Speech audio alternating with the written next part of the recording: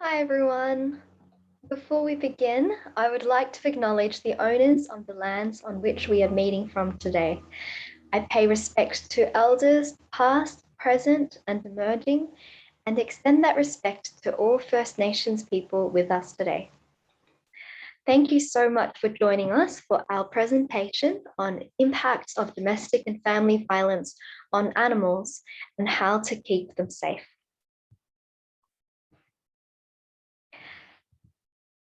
My name is Monique and I am leading the Aware Arc project at Lucy's project. This presentation includes some descriptions of violence against animals, which may be distressing. Please feel free to leave at any time if you wish, and you can call 1-800-RESPECT to debrief for free as well.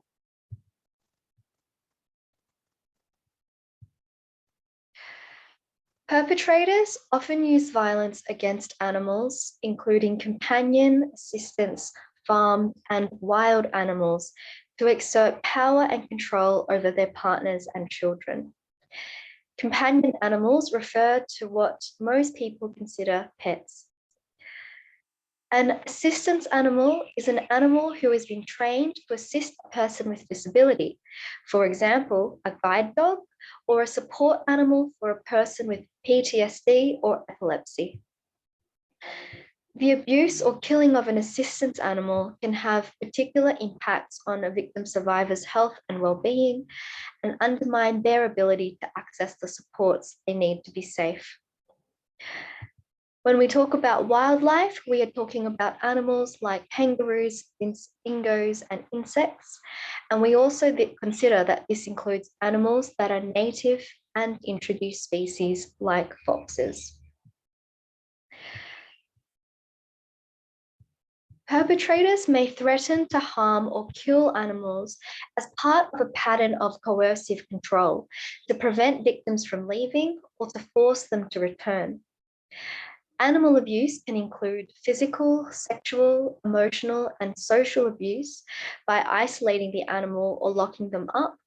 And it can also consist of neglect from not feeding or giving water to the animal or denying them veterinary care. In July 2020, Domestic Violence New South Wales conducted a survey of over 100 domestic and family violence and community workers, which found that 55% of workers said victim survivors have disclosed the perpetrator killed an animal or multiple animals in the context of domestic and family violence. And 81% of workers said victim survivors disclosed the perpetrator threatened to harm or kill animals. Animals may also suffer by exposing themselves to physical harm when attempting to protect victim survivors in response to a perpetrator's use of violence. Some may develop anxiety disorders or be distressed by witnessing the violence or abuse. Just going to share a few real case studies with you now. Domestic and family violence and abuse worker Ines commented that many of her clients told her of threats like, "If you aren't back in 10 minutes, I'm going to stab the dog." Brian, a perpetrator of violence, threatened to harm his partner Giselle's horses if she did not follow his orders. One time, he placed the young horse in harm's way because she was late. Giselle did not leave because she was afraid Brian would kill her horses. A victim survivor shared that her ex abused wildlife in front of her daughter, and her daughter is still traumatized whenever she sees the animals that he hurt 4 or 5 years later.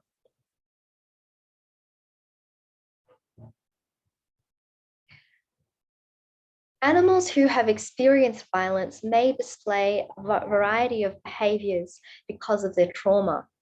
This includes running away, hiding, cowering, or urinating, displaying aggression towards or seeking distance from a perpetrator, seeking to be close to the family member who's the target of the violence, being skittish, tense, or startled, compulsive behaviors like pacing, spinning, tail chasing, or feather pulling, and a fear of household objects like brooms and hoses or noise, and some forms of barking.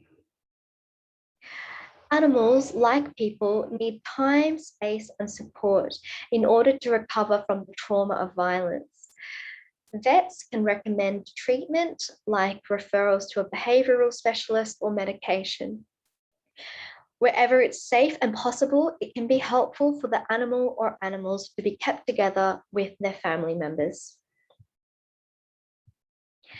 Maddie, who's a 4-year-old Dalmatian, became so depressed and anxious from the violence that she and her guardian had experienced that she would constantly walk around with her head down and her tail between her legs. She also developed a stress-related skin condition that got so bad, euthanasia was considered. Labrador Goldie was 2 years old when she was surrendered. She had been subject to domestic and family violence, and for all of her life, she was afraid of men in work boots and would bark, cower, and run away when a man wearing boots entered the house. Whenever she smelled alcohol, particularly beer, she would hide under the bed. At Lucy's project, we recognise that animals are sentient beings who are victim survivors of domestic and family violence in their own right, and that they also deserve protection from all forms of violence and abuse. When animals are at risk, people are at risk. Threats to kill or mutilate the family pet is one of the 3 highest risk factors for domestic and family violence related homicide, along with access to weapons and suicide threats. Research shows that perpetrators who abuse animals are 5 times more likely to physically or sexually abuse their partners and are more likely to use stalking and emotional violence. Animal abuse is also a high risk factor for child abuse.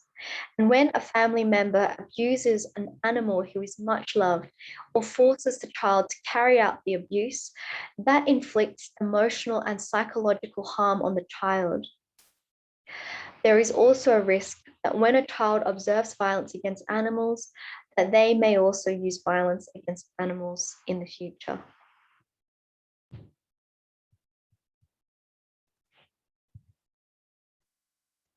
There have been some changes to domestic violence laws as of March 2021 in New South Wales.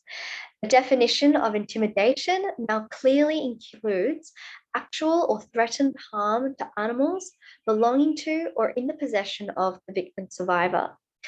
Intimidation is a criminal offence, and AVOs contain a mandatory condition that prohibits the defendant from intimidating the protected person. Every AVO must also specify as a standard condition that the defendant is prohibited from harming an animal belonging to or in the possession of the victim survivor. So these changes do provide some protection for animals.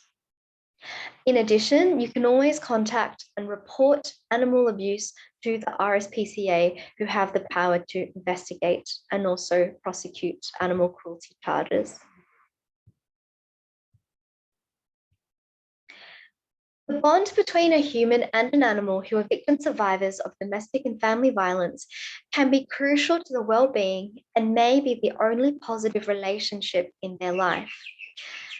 It can help to prevent suicide and self-harm, and they can support each other in their recovery from domestic and family violence.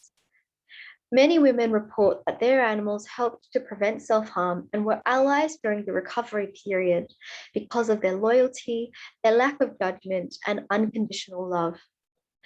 Animals bring comfort, for example, by lying on their owner's chest or purring in their face. When you're feeling so unlovable, when your whole life has been ripped apart, and in those times when you're just so lonely, my cat would just be sitting right there with me, and that one paw on you, it's the best feeling in the world. So that's a quote from a victim survivor. And another person shared, my dog acts like every day with me is the best day on earth. She thinks I'm the most wonderful person in the world. You don't get that kind of affection from a lot of others. So in order to keep people safe, we need to keep animals safe too. The Domestic Violence New South Wales survey ran last year found that 48% of workers stated that victim survivors delayed leaving a violent partner because of the fear or threat of an animal being harmed. And 42% of workers said that victim survivors with animals had delayed leaving for more than a year due to barriers to accessing support related to their animals. So, what can service providers do to become more animal inclusive? There are many ideas of what to do, and there are more resources on this on our website. A few examples include training and resources for staff on how to support people and animals experiencing domestic and family violence, updating intake, safety assessment, and safety planning processes to ensure animals are included, reviewing programs and activities to ensure that they are animal inclusive wherever possible, and ensuring communications are animal inclusive. So resources, the website and social media, and that can just mean having images where there are both human and animal members of the family. Making sure the service environment and the facilities are animal friendly. And that can just be as simple as having a water bowl in front of the premises or allowing people to bring animals with them. You can also partner with the local council, animal welfare, and veterinary services in order to improve supports for animals and people experiencing violence. As part of an animal safety assessment, some of the things that are important to take note of include their name, their age, their sex and breed, whether they're desexed and vaccinated, whether they're microchipped, registered, and tagged, and under whose name, whether they're a companion animal, farmed, or wild animal, as well as whether they have any medical or other needs.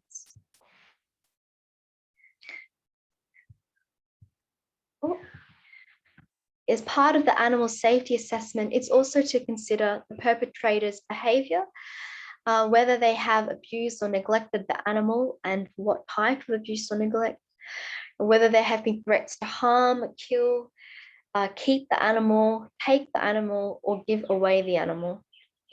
And also, it can be important to ask whether other animals have been killed in the past, have died, or if animals have gone missing, because that may have actually been an incident where the perpetrator killed and took away the animal.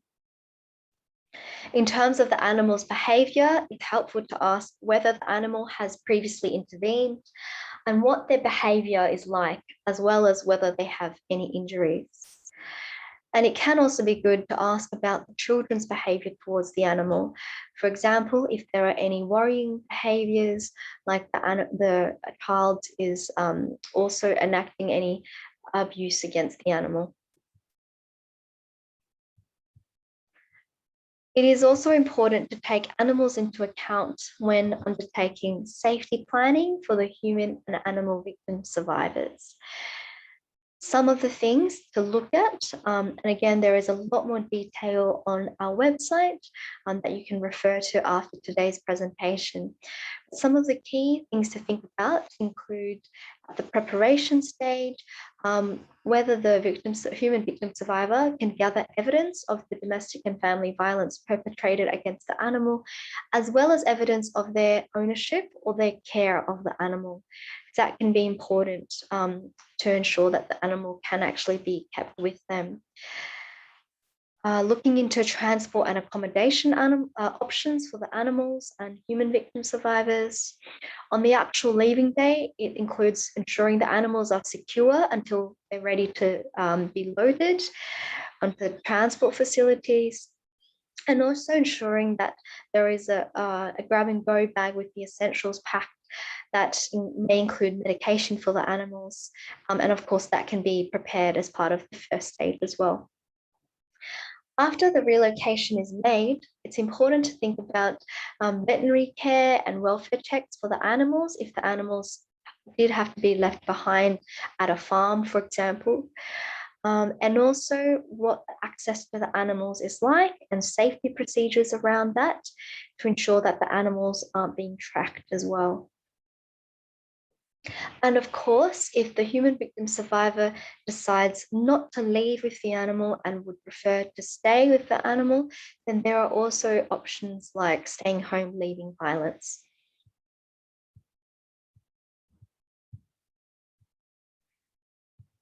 Every community is unique and will have their own local support services. The RSPCA has a community domestic violence program and can provide advice and support for animals and people experiencing domestic violence. It's a good idea to reach out to your local council as well, an animal shelter or rescue and fostering service, and the local veterinary services to set up a partnership. Lucy's project has a referral pathways document for the Northern Rivers, which may be useful for your service as well. So if you would like to access information from that referral pathways booklet, please send an email to Anna at info@lucy'sproject.com.au. Thank you again so much for joining us for this presentation. Today's training is brought to you by, today's session was brought to you by Lucy's Project, which is a not-for-profit organisation based in Lismore, and we have individual and organisational members across the country. We seek to raise awareness of the link between animal abuse and domestic and family violence and recognise that animals are treasured members of the family.